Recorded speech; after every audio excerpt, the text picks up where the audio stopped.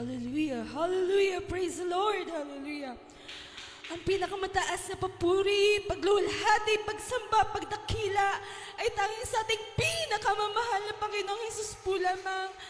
Ako po'y nagbibigay ng dobleng paggalang, pagbati sa ating ginagalang minamahal na Evangelista Wilda Estrada Almeda, our end-time prophet of God, hallelujah.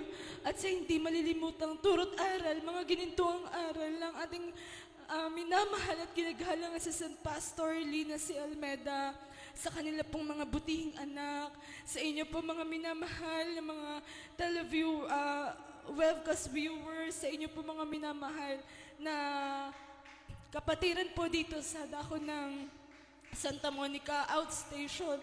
Hallelujah! Isang kagalakan po na muling binigyan ako ng ating pinakamamahal ng Panginoong Hesus ng gintong pagkakataon na kayo'y makapiling, makasama at ihayag ang kanyang banal na pangalan. Hallelujah! Hallelujah! Hallelujah! Ihayag ko lamang din po mga minamahal kung paano kami nakakilala sa ating mahal na Panginoon, kung paano kami naisama sa panalangin ng ating ginagalang ng mga magulang sa mahal na Panginoon. Way back 1995 po mga minamahal, ang aking pong beloved father, isa po siyang OFW sa dako po ng Saudi Arabia. At nung nagkataon po na umuwi siya dito sa Pilipinas, lingid po sa kanyang kaalaman, siya po pala ay meron ng taglay-taglay na sakit. Ang sakit po na to ay wala pong kalunasan. Ito po ay hepatitis B. Hanggang pumunta po siya sa mga doktor, sa mga espesyalista, dahil nakatakda na po ang kanyang pag-alis, papunta naman pong Saipan Island para sa panibagong paglaban sa buhay upang makalikom ng halaga upang isuporta po sa aming buong pamilya. Ngunit ito'y hindi kalooban na ng mahal na Panginoong Hesus. Hallelujah. Dumating po ang pagkakataon na sobra pong na-depress na po, nanlumo na po ang aking beloved father dahil po sa taglay niyang karamdaman. Hanggang wala na po siya, kumbaga, hopeless na po, kumbaga, ang aking pong beloved father. One time po, sa kanyang pagmumuni-muni, pagbubulay-bulay kung ano ang magiging sunod niyang hakbangin dahil nga po hindi siya tuloy sa pag-abroad. Hallelujah. Bukod po sa hepatitis B, nagkaroon na rin po ng komplikasyon. Hindi na rin po siya makatulog, nagkaroon po siya ng insomnia. One time po, sa madaling araw po, nagbukas po siya ng telebisyon at bumungad sa kanya ang gawain ng ating pinakamamahal na Panginoong Hesus. Walang iba ang Jesus Miracle Crusade International Ministry. Ang aking pong beloved tatay, 10 ng kanyang mga pamilya noon ay talagang kumbaga devoted po sa isang malaking relihiyon na taglay-taglay niya talaga na kahit anong mangyari, ika nga nila, dito ako nabuhay, dito na rin ako mamamatay, pero hindi ang plano ng tao ang masusunod ko, hindi ang dakilang plano ng ating pinakamamahal na Praise the Lord. Ang aking pong beloved father ay talagang, kumbaga po, ay may pagkapiloso po siya. Pagdating po sa mga ganitong spiritual na pag-uusap, ngunit nung mga panahon na yun, nakita niya na nasaksihan niya na lang na sa kanyang pagsubaybay sa ating banal na gawain, tumutulo na ang kanyang luha. Hinipo na po ang kanyang puso ng ating pinakamamahal na Panginoong Hesus. At nung nag-altar call na po, sabi ng beloved pastor, kung kayo may problema, karamdaman na walang kagalingan, minamahal ka ng Panginoong Hesus. Sunod-sunuran po siya. Amen. Praise the Lord. Ipinatong niya po ang kanyang kamay sa TV at nagkaroon po siya ng desire sa kanyang puso na hanapin ang ating banal na gawain.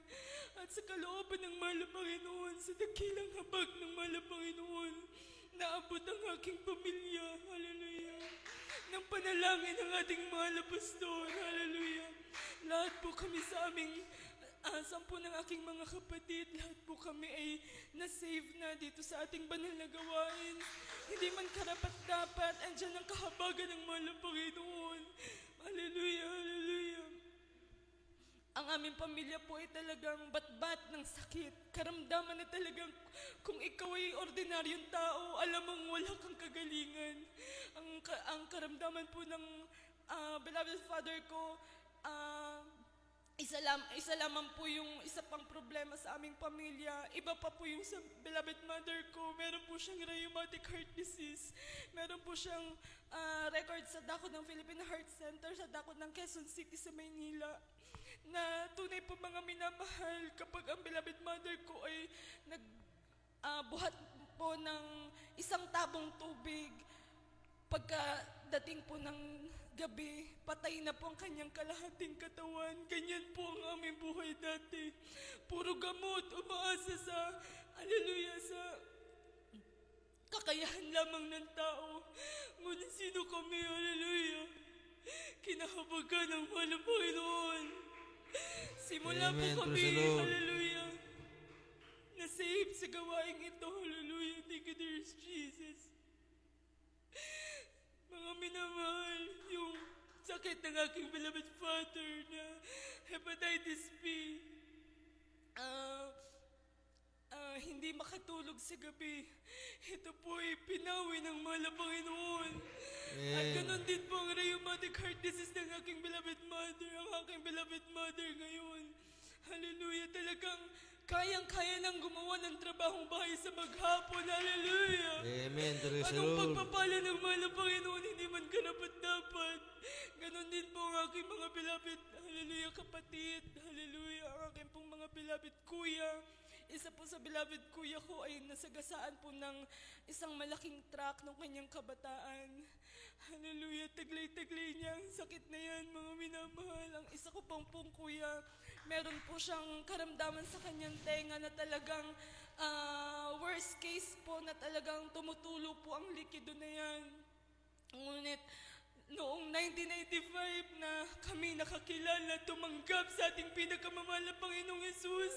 Hallelujah, nabautismuhan sa tubig sa pangalan ni Yesus.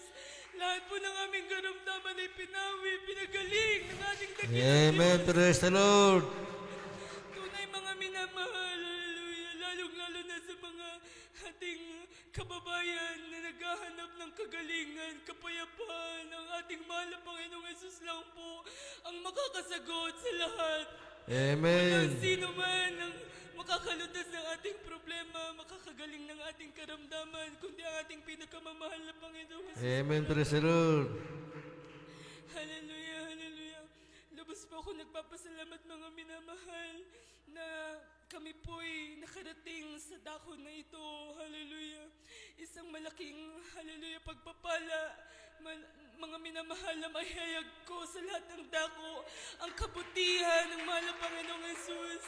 Hallelujah. Hallelujah.